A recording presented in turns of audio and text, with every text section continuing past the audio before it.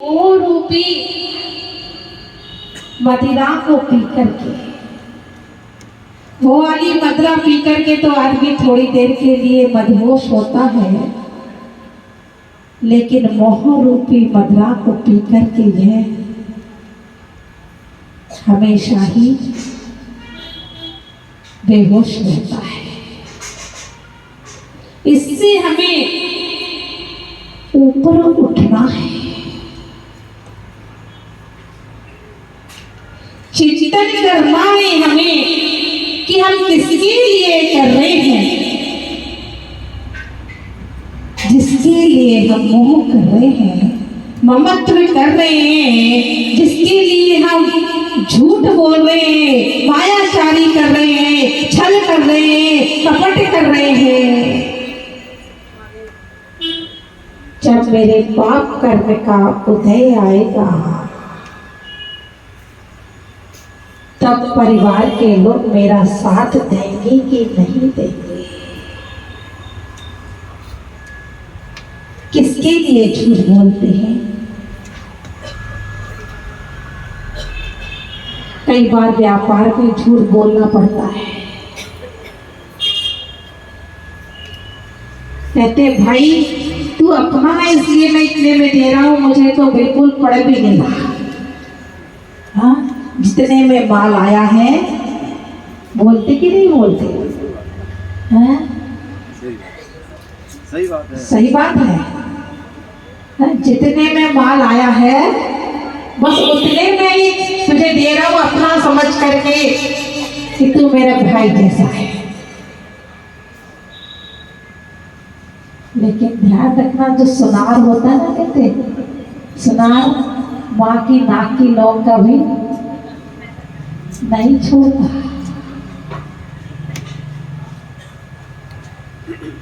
हम किसके लिए कर रहे हैं, चिंतन करना।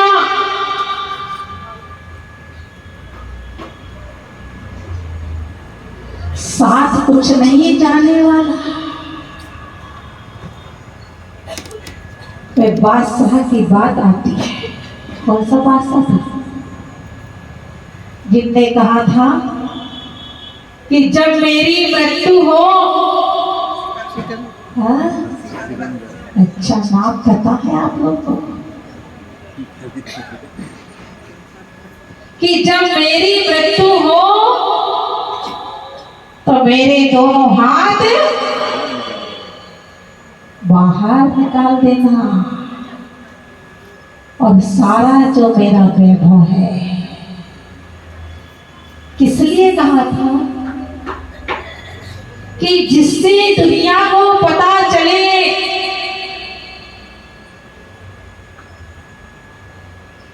कि कितना भी कमा करके रख दे, लेकिन अंत में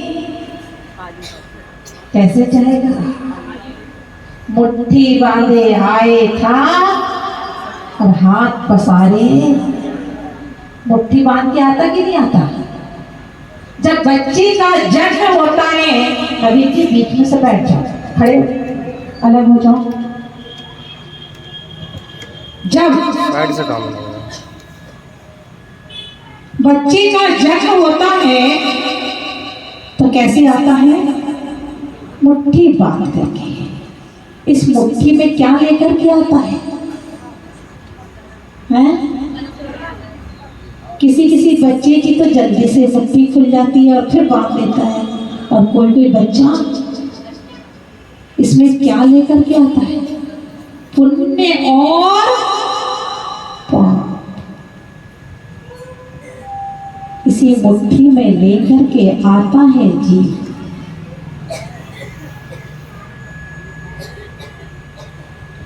जीव जैसे कर्म करता है उसको वैसा ही फल मिलता है।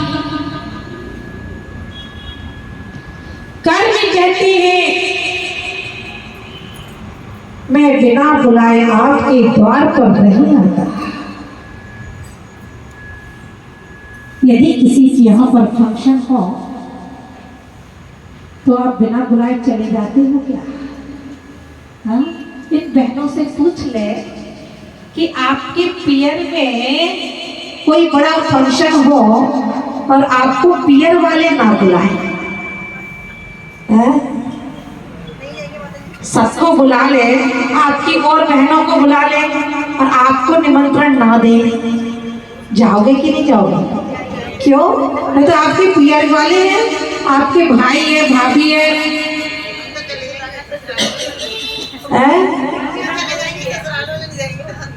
नहीं जाओगे भाभी जी, नहीं जाओगे। वहाँ भी भाई मुझे नहीं बुलाया, मैं नहीं जाऊंगी। उसी प्रकार से कर्म कहते हैं कि बिना बुलाए मैं नहीं आया, आपने मुझे निमंत्रण देकर के बुलाया है, और जब निमंत्रण देकर के बुलाया तो मैं मेहमान बनकर के आया हूँ। अब मेहमान बनकर के आया तो मेरा तो पूरा सम्मान होना चाहिए। जब मेहमान घर में आता है तो आप लोग भी अच्छे अच्छे पकवान बनाते हो कि नहीं बनवाते? कि हमारे यहाँ पर मेहमान आ रहे हैं तो अच्छी अच्छी 2-4 चीजें फालतू बना लोगे और उसे मेहमानी करवा करके भेजोगे, और नहीं बनाओगे तो मेहमान भी आने वाला क्या कहेगा? उसी प्रकार से कर्म कह रहे हैं कि मैं मेहमानगिरी करके जाऊंगा, मैं बिना बुलाए नहीं आया हूं। भेज रहे हैं इसलिए निमंत्रण तुम्हें बुलाने को, रहे मानस के राजहंस तो भूल ना जाना आने को। खैर, हमें समय रहते हुए सचेत हो जाना है, ऐसी कार्य नहीं करना। अभी भैया कह रहे थे कि मुझसे किसी ने पूछ लिया कि तीर्थ वंदना करने के भाव बनते हैं, टिकट भी हो जाती है, लेकिन बीच में कोई ना कोई अड़ंगा आ जाता है, कोई परेशानी आ जाती है कि वंदना नहीं हो पाती। कई बार लोग के पूजन के भाव बनते हैं, विधान में बैठने के भाव बनते हैं, और कई बार लोग बैठ भी जाते हैं और बीच में अन्याय कर्म आ जाते हैं। क्या कारण है? पूर्व में आपने किसी की पूजन में बाधा डाली होगी, किसी की यात्रा में बाधा डाली होगी, किसी के स्वाध्याय में बाधा डाली होगी। यदि आपने पूजन में बाधा डाली तो आपको भी आने वाले समय में बाधा डालने वाला कोई ना कोई मिल जाएगा। कोई स्वाध्याय कर रहा हो, अरे बहुत देर से करना बंद कर दे, या कोई स्वाध्याय कर रहा हो तो हम बीच में बोलने लगते हैं। नहीं, कोई स्वाध्याय कर रहा हो, हमसे बैठा जाए तो बैठ जाए, और नहीं बैठा जाए तो चुपचाप हाथ जोड़ करके चले जाए, लेकिन उसके स्वाध्याय में कभी बाधा ना डाले। कोई दर्शन कर रहा हो 3 लोग के नाथ की, तो कई लोग क्या करते हैं, बिल्कुल सामने जाके खड़े हो जाते हैं।